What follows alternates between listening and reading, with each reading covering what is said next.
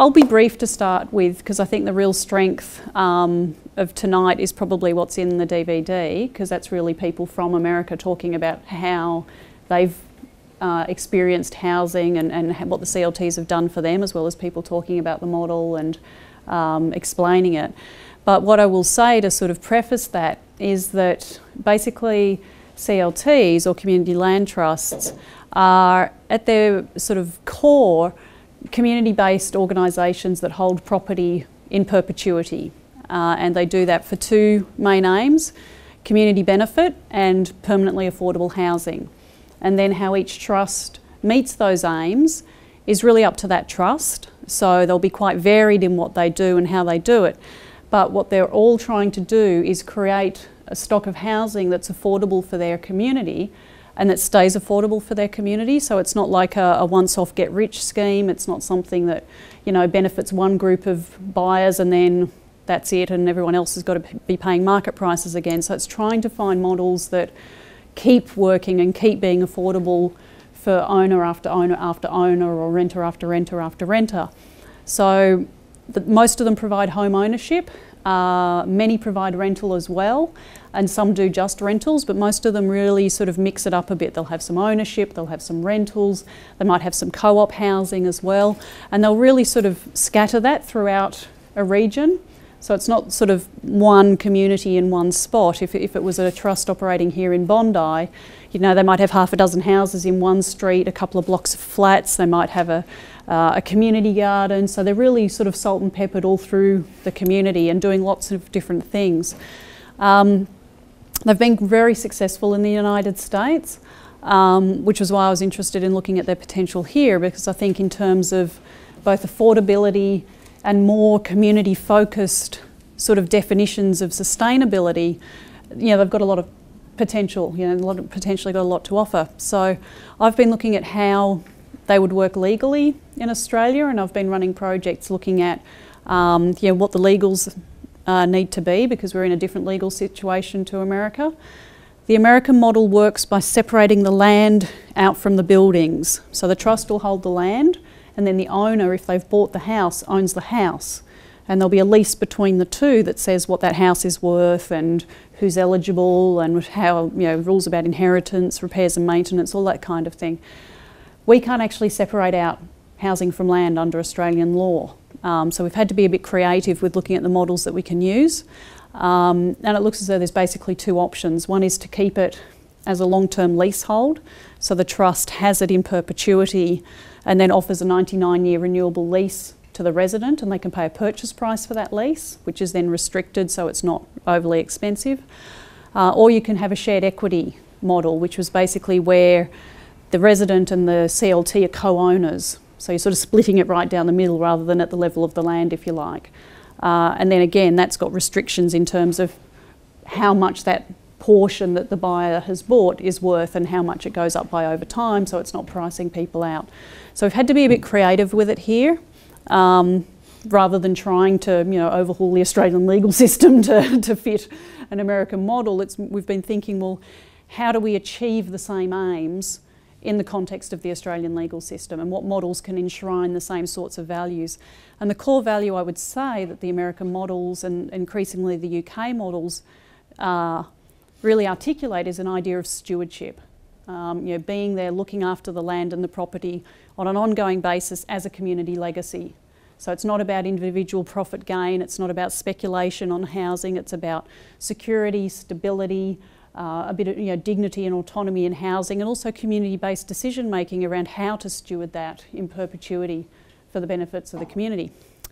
So that's all I'll say to start. What I'll do is run the DVD. It goes for about 35-40 minutes, and then after that we can just have a discussion. You can pick my brains, and then Liz will have something to say about Waratah and what's going on here. So I'll leave it to the Americans. My name's Liz Page. I'm currently chair of the board for Waratah CLT Association. Waratah has been created to help make community land trusts a reality in Australia as a bit of a support vehicle. We hope Lance and Beatrice are involved with the association, as well as myself and several others, and we hope to create a CLT here. We've been working the last couple of years on liaising with different community groups, with affiliated associations, Sydney Alliance, bringing information events to Australia, bringing membership, creating a membership base, doing a little bit of communication with some government departments, just seeing what interest there is in different areas of government for bringing, for donation of land or money. And really the main thing we've been doing is just keeping close tabs on what Louise is doing, because she's really forging ahead with the Community Land Trust movement, and we've created the association to be a bit of a network body that can support her work in Australia. So the main objective that we really need is to bring members behind the organisation, so that government that can potentially fund this will see the mass of people that are wanting it to happen. That's ultimately, when I went to Louise early on and said, how do we get some momentum behind this, she said government needs to see people, government responds to what people's needs are rather than the other way around. So basically we just need to generate as much public noise about it as we can, and we will be holding more information evenings coming up the rest of this year, so we'd love you to just check out our website, just get involved, tell your friends about the possibilities. It's still in its early stages. We still need, as Louise said, the legal manual is in the process. It has been funded, and it is happening. Louise and her team are working on creating a financial model that could support people taking out mortgages within such a model. So it's not at a point right now where we can just start one today, but it's not far off. Within this year, we could look at making some groundwork into creating one, and that's what we hope to do. Next Saturday, we've got our AGM, and we'd love to have some people join the board, become members.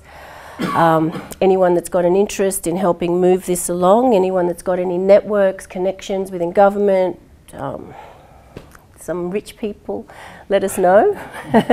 And there's no rich people in the eastern suburbs. So yeah, we're forging ahead. We'll be doing more. Are you based in one area, or is it just a concept at the moment? It's not based in any particular kind of. You're not based in the eastern suburbs or looking at the eastern suburbs. You're kind of looking anywhere around Sydney? Or? Anywhere around Sydney, and we're not biased. So wherever there's a piece of land that someone's prepared to say we'll subsidise or give, we'll take, and we'll start the first CLT on there. We have started communication with some Habitat for Humanity people within Habitat for Humanity, as Louise mentioned. We've started conversations. Here. There is one here? There is one here, absolutely, and they are very interested in getting involved with Community Land Trust. It's a real beautiful connection.